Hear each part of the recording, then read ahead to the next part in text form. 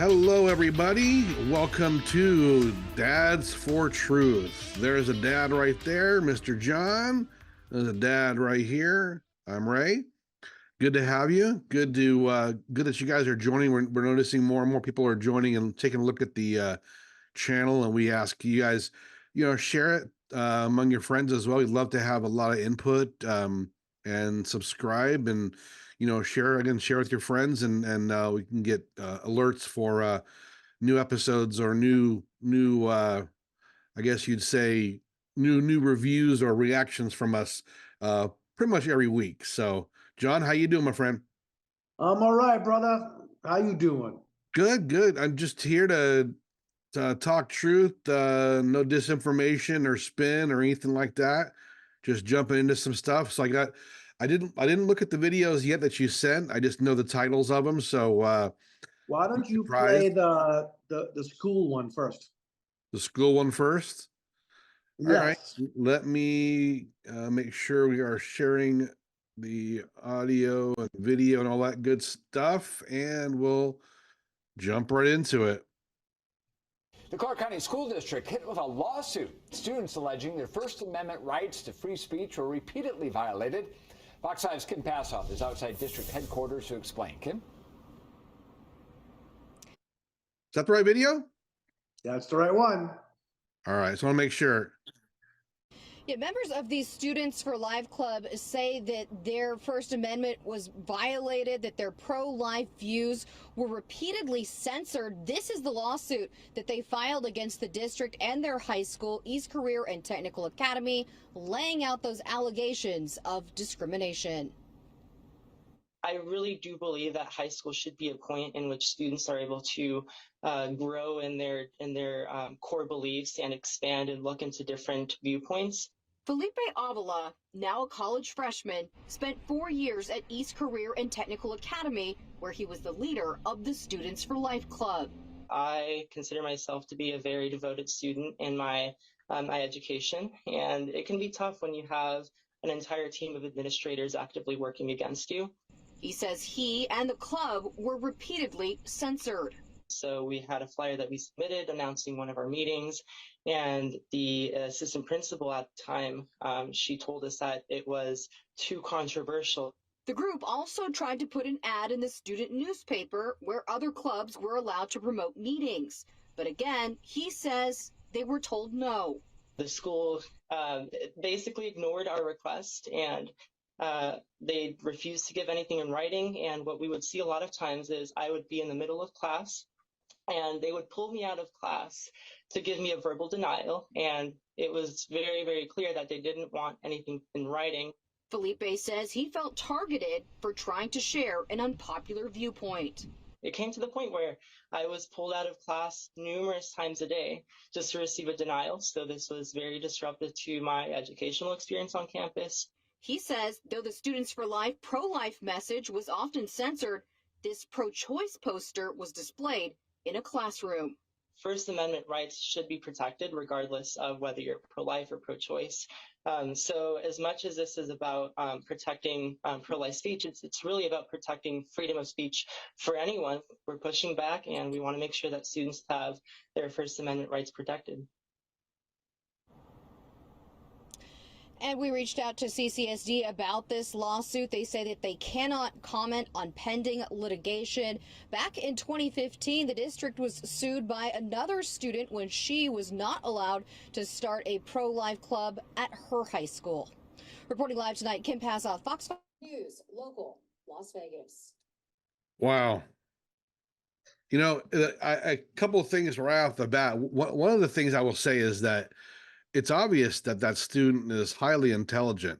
I don't think I was that mature at 18, 19 years old. I got to give him a lot of credit just right off the bat. And, I also, the second thing, before we get anything else, the second thing I thought was interesting was that he feels, I mean, of course, it's been probably pushed on him, that it's an unpopular view. It may not be. It's the administration, whoever is, obviously restricting him, they don't agree with it. But there's no discussion as to maybe there's a bunch of other students and probably afraid to say anything nowadays that agree with him. But yeah, that's first two impressions right out the bat among 10 other things that are red flags there, but go ahead. Well, I guess the first thing is the hypocrisy. Hmm. Because if you're going to allow one side in a free society, you automatically have to allow the other side. So I guess the question I've been going back and forth in my head with, and I wanted to see what you thought about this, was is there a place in high school for these types of clubs? In other words, when I think high school, I'm thinking glee club, some kind of sports or things like this. Do you think having a pro-choice or pro life club in high school is that the place, Well, or is that more of a college thing? but my first thought is, oh my goodness. I mean, this stuff wasn't around when you and I were in high school. We didn't have to Uh, worry about this. No, it wasn't. It's gotten so explicit and so sexual with everything. Everything is either race True. or sex, right? This kind of stuff was never. It was, like you said, it was about band, or maybe you were a booster for the sports stuff or whatever, right? It was never about sexuality and these controversial political topics. The idea, of course, has always been to get involvement of students in civic affairs, or issues that Yes. might be of interest. It was never to be a controversial political outlet. um but now that they're there, I think, fair being fair, yeah, there's no reason why, if you're going to have one viewpoint, why you can't have the other. It's simply is hypocrisy on the part of the administration. And it's sad because they probably have the chance to have a real educational thought process debate, based on beliefs, and anybody wants to research and bring facts and data. It's opportunity to utilize what school's supposed to be about, which is to open minds and discussion, right? So unbelievable that certain individuals got away with this too. And I noticed at the end they mentioned there was a second lawsuit for the same thing at another school. So it's not just an isolated incident, it's an ideology that's spread across the school district. Now, so here's a little bit of an update too, because the reason I had been searching and thinking and praying, what am I going to? I went through about 4 different ideas and about 8 different videos before I settled on this one. And what happened is I got an alert on my phone the other day, and for an article that popped up, and apparently the county lost this lawsuit. The previous one or this one right here? This one right here. Ah, So I looked it up. I looked up the lawsuit, and it was about this kid. So there's the school district finally. This, you got to say, you got kids in the school district. And this is why, another reason why I chose this particular video, because we're dads, right? Dads for truth, and dad implies our children, and so this affects our children. And this is ranked like what, a 49 out of 50 in the school districts in this country, and you can see uh, why. yeah, yeah. It's bad. I mean, it's the issue in Vegas has always been the inconsistency. You'll have 2 or 3 schools in one pocket area that are great, and then you'll have a bunch of them that are crap. Yeah. And so, that's probably the problem with having such a large district. A lot of cities divided up into 2 or 3 districts, and it's easier to manage. But when you have 1 or 2 people at the top running a very large district, the ideologies or the agendas of a very select few can permeate throughout the district. And if it's enabled, right, now we have not just issues with kids, but when parents speak up, we've had issues with parents speaking up about anything, getting arrested, or being losing their job because they spoke out in public. So it creates all kinds of other issues. And parents, I commend that kid. I mean, his parents obviously brought him up to stand up for himself. So great news there, of course, that And, he, and, you and know, like you said, he's obviously an intelligent kid. yeah. He's not somebody that just, fell off the turnip truck and, is repeating stuff that he was regurgitating. You could tell just by the way he carries himself, his speech, his vocabulary, that he's a very intelligent kid that has thought this through. And so it's sad. I think, like you said earlier, it's sad that when we were kids, we didn't have to worry about this sort of thing. Yeah. But now, now the fact that you have to have a club that promotes like pro-life, it tells you that there's obviously a big push for the alternative.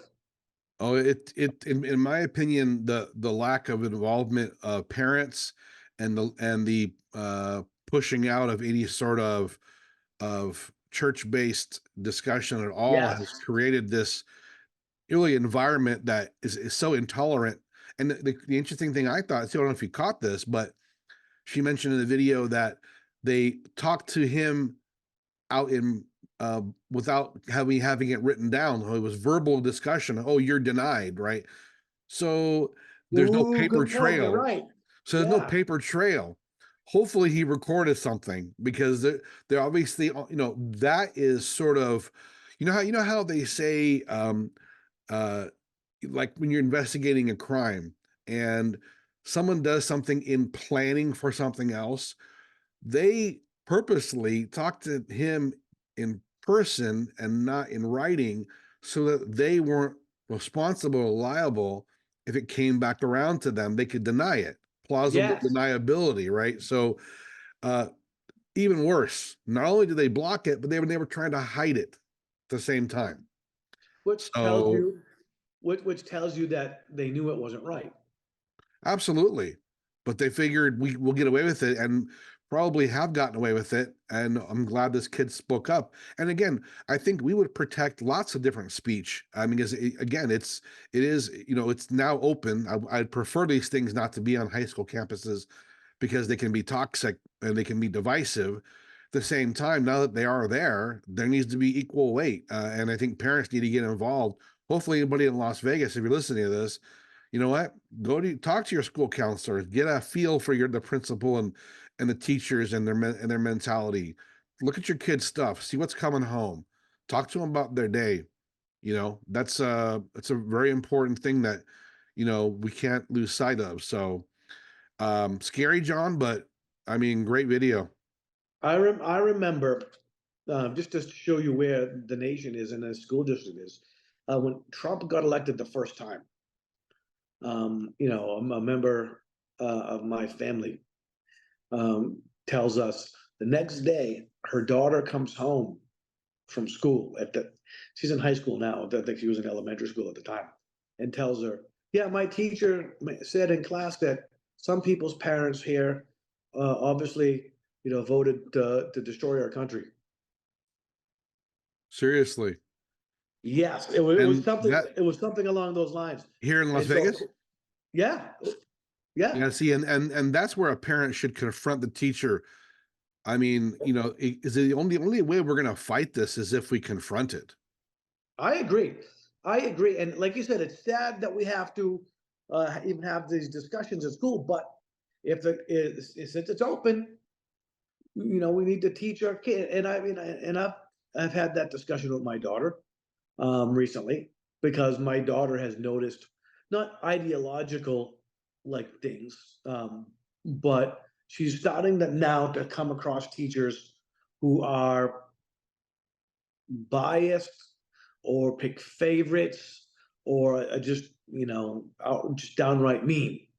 Mm, And not all of them, some of them are nice, and so she's starting to notice it. So I had that discussion, my wife and I were there, no.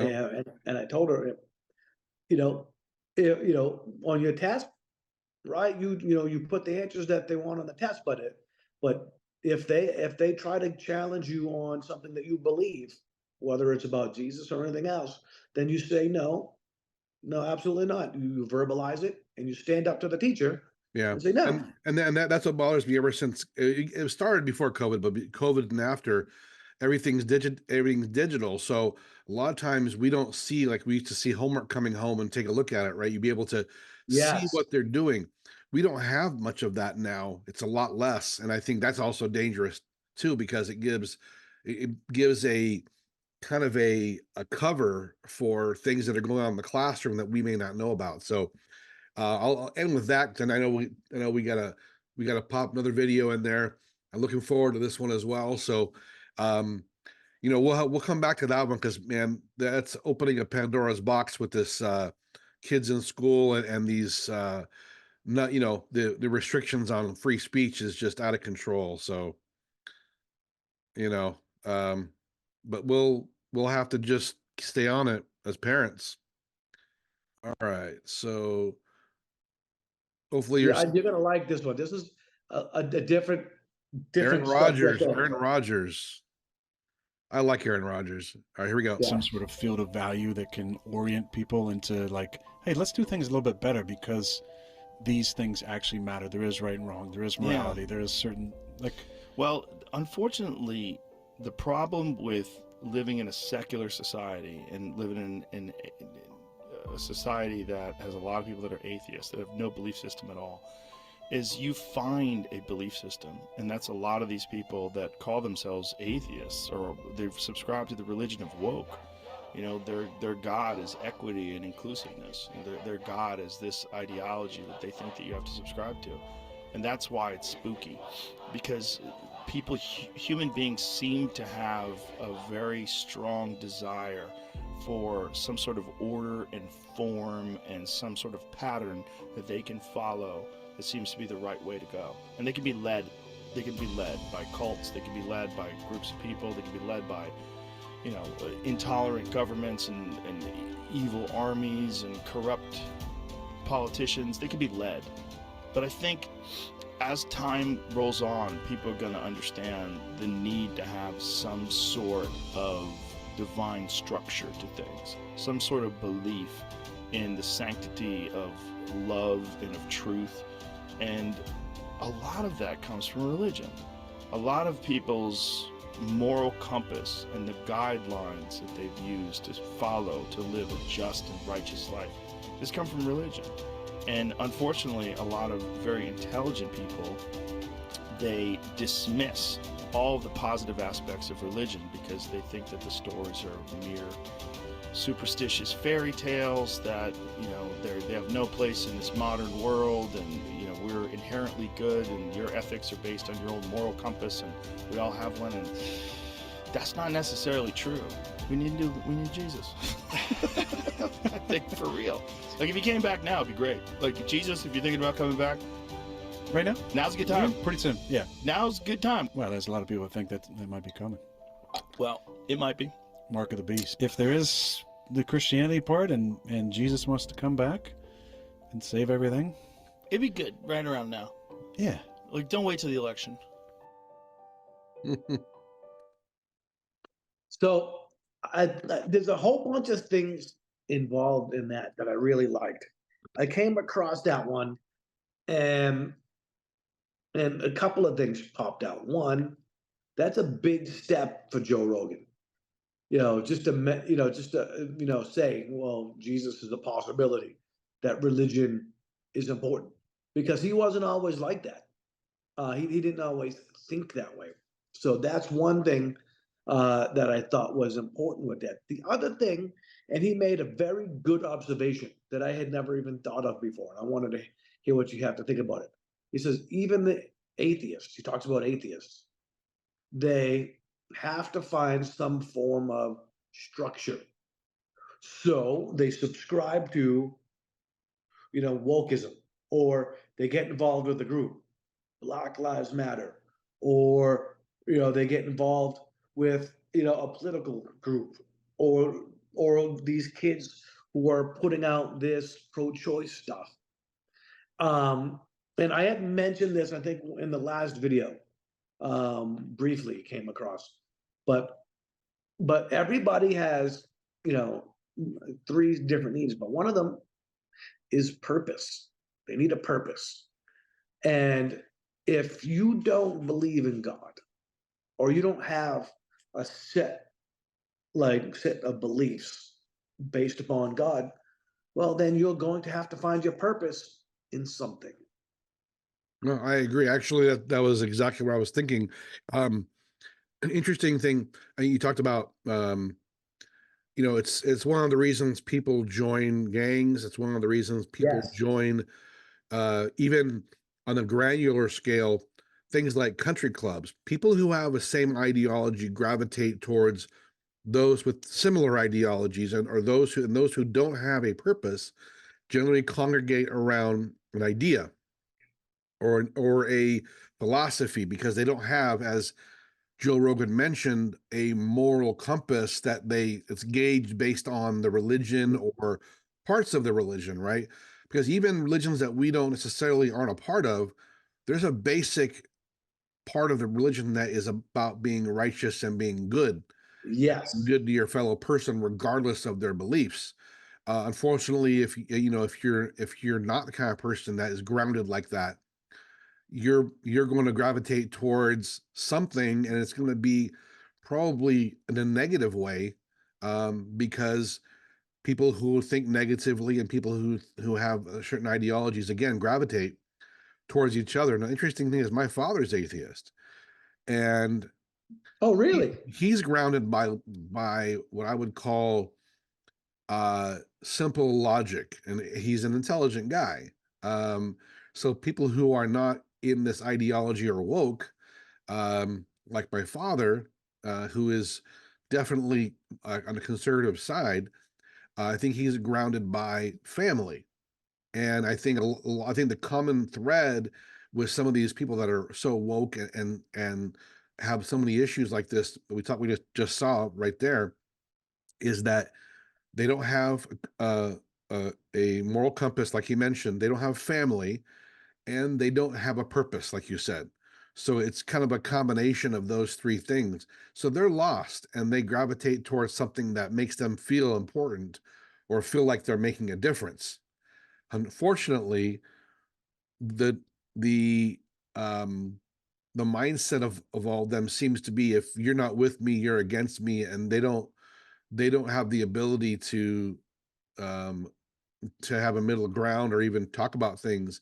It's either you're wrong, or you're with me. So that's the sad part, is that it permeates our kids and social media. And my hope is that, like Rogan said, that hey, the day Jesus shows up again, it will be the best day in the world. Yep.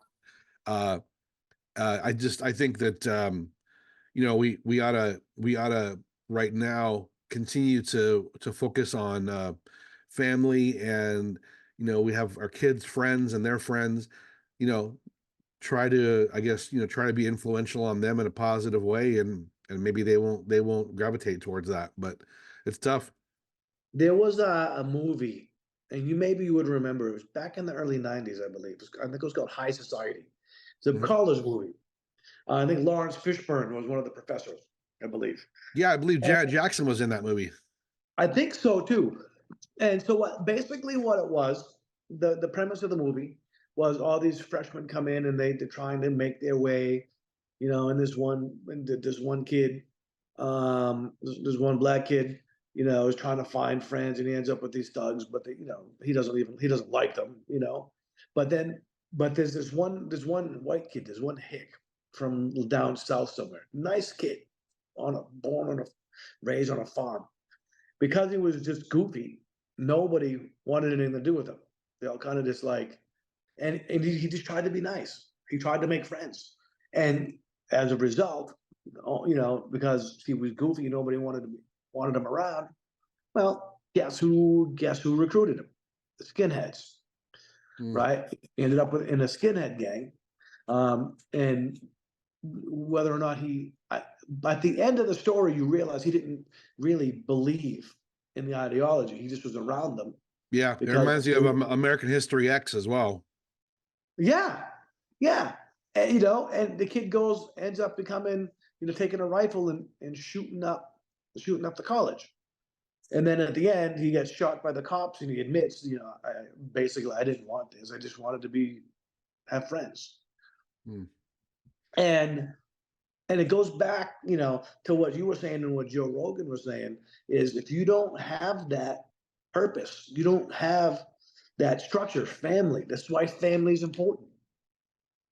Family is important, because family that loves you unconditionally is gonna give you purpose, and you're gonna belong. And if you don't belong somewhere, you're gonna find a place to belong. And more often than not, it's gonna be the wrong place. Well, and I blame. I mean, we have a generation of parents. These some of these kids. Obviously, there's plenty of adults that are involved in this ideology, but a very large swath of younger kids in these generations were left to their own devices when it came to school. Parents didn't guide them. There was no Yes. structure. There was no any kind of religious exposure, at least, so they could make some choices and see others, right, making better choices. Mhm. Dysfunctional families, divorces, all kinds of things that we had running rampant from like the mid 90s up until now that have gotten worse. So, like you said, these kids are lost because their parents didn't guide them. They're not guided by God. They're not guided by uh, being grounded. So they're left to gravitate towards anything that gives them a sense of purpose at all. And that's the sad part, is that it's not changing anytime soon. There's plenty of pushback, but it's pushback from people like us, but there's not enough of us, because you have a generation and a generation after that that are now indoctrinated. And like you said, look at the way the school is. Our last video is a very good segue into this one, because look at the society and what you have. Teachers are supposed to be there as role models and there to give kids an avenue to hear and understand about the world and get a chance to talk about things, are closed down. So now these kids, now you have divisions among people, but you have 30 years of kids in school now who are, the mindset is very hard to change. Fortunately, I brought up my kids to be independent in thought, and hopefully more and more parents get more involved and we start to turn the tide, because it's a tough one right now because we're outnumbered, and media is not supporting things either for us. And I think the key is the kids, because people, the older we get, the younger generations is going to look at us as if we're out of touch. We don't understand. We're out of touch. We can't relate. And so it is important for parents to raise their kids to think differently, so that they can be an influence. Because I remember, when I first became a Christian, I grew up Catholic, and it was cool, right? I have no problem with the Catholic Church, but wasn't relatable, right? You got the guy on the stage with the robes and all the fancy talk, right? I ruined my life. I did a lot of drugs and a lot of stuff I shouldn't have done. When I went to church for the first time with my friend, the pastor, uh, the pastor used to hang out with the Hell's Angels, and half the church were ex motorcycle thugs, right? Motorcycle gang members, and so it was a little bit more relatable. And the point I'm trying to make is that these people were able to reach me because I could relate, and they didn't pretend to be like any better than me. And if we raise our kids to be the same way, this is why it's important, parents. If you're listening to us, the few people that are watching these videos, share them and share these thoughts, because parents, you need to raise your kids, because it's your kids that are going to have the biggest impact on the world around them. Yeah, and you know what? The difficulty we have, we got about 5 minutes here, so we can talk about it.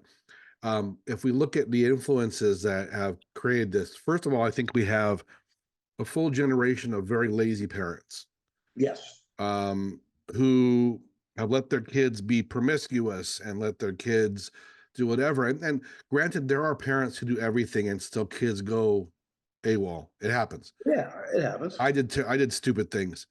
The bottom line is, though, is if you stay engaged as a parent consistently, that it may not be today, it might be tomorrow, but eventually, Somewhere down the line. yeah, your positive influence or people around them will eventually take hold, and potentially that person, turns out to be a good, productive, independent person in society. Um, but I think the one thing we have, that's difficult is, I was recently watching some church videos from a few churches that really bothered me. And I think we have a rising enemy that we didn't realize we had, and that is within the church itself.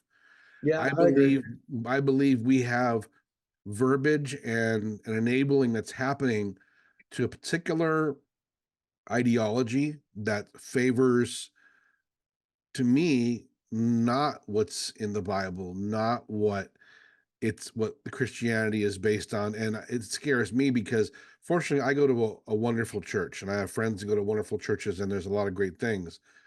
But there are some very popular, nationally televised pastors who I don't think have any business. They violate, I mean, you could go through James and Isaiah and a bunch of other scriptures, and you could find that they counter everything that we believe in as righteous and good, and they're indoctrinating now, churchgoers.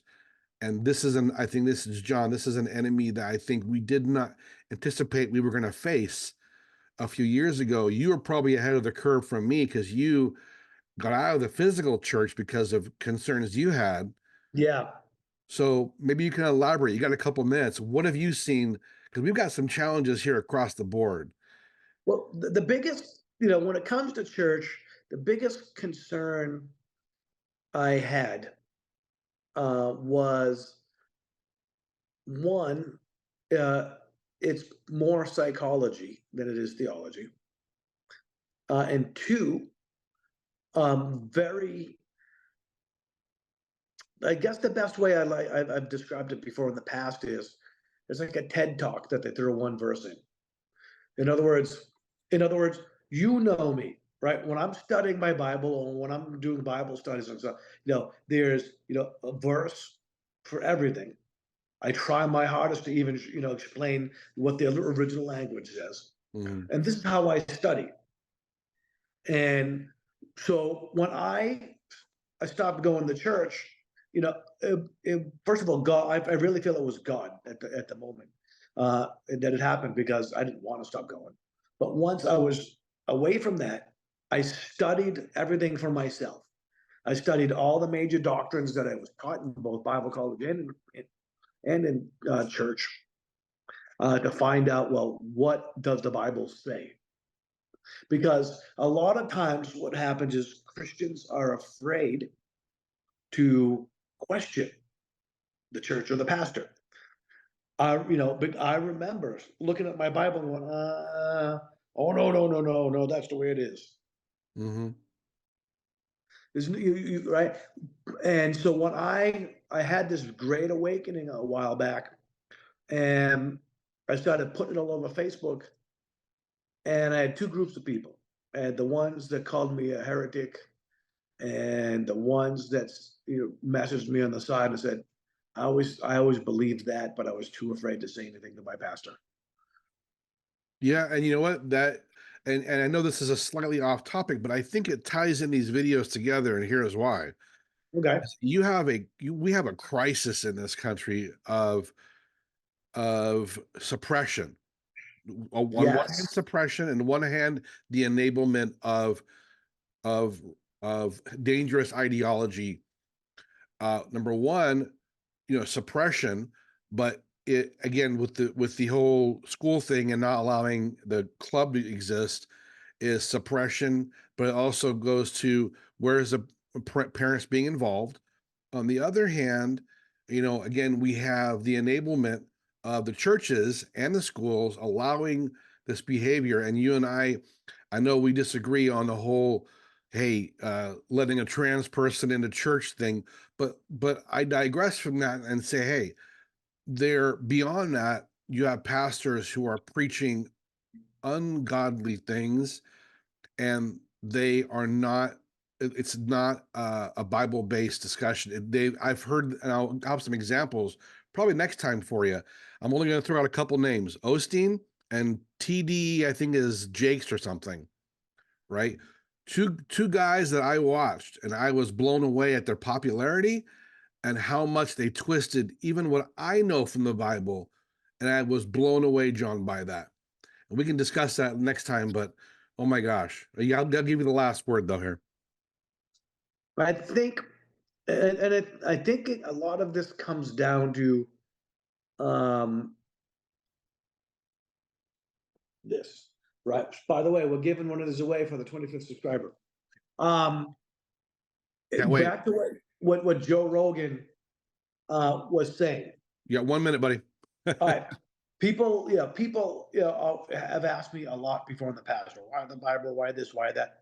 Because I have a solid source that doesn't change that I can look to for my thoughts and opinions, as opposed to, well, this is just what I think today because it sounds good, it feels right.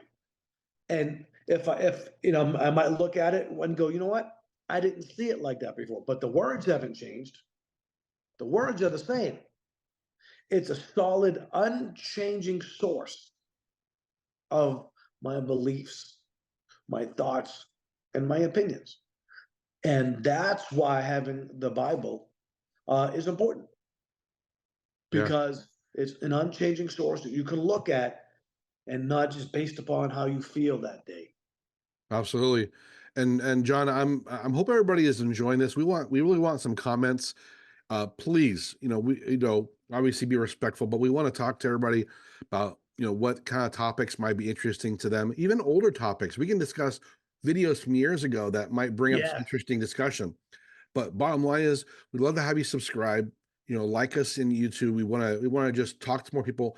We're not in this to get rich. We're in this to sort of get the discussion going. And John and I are dads. We're good friends.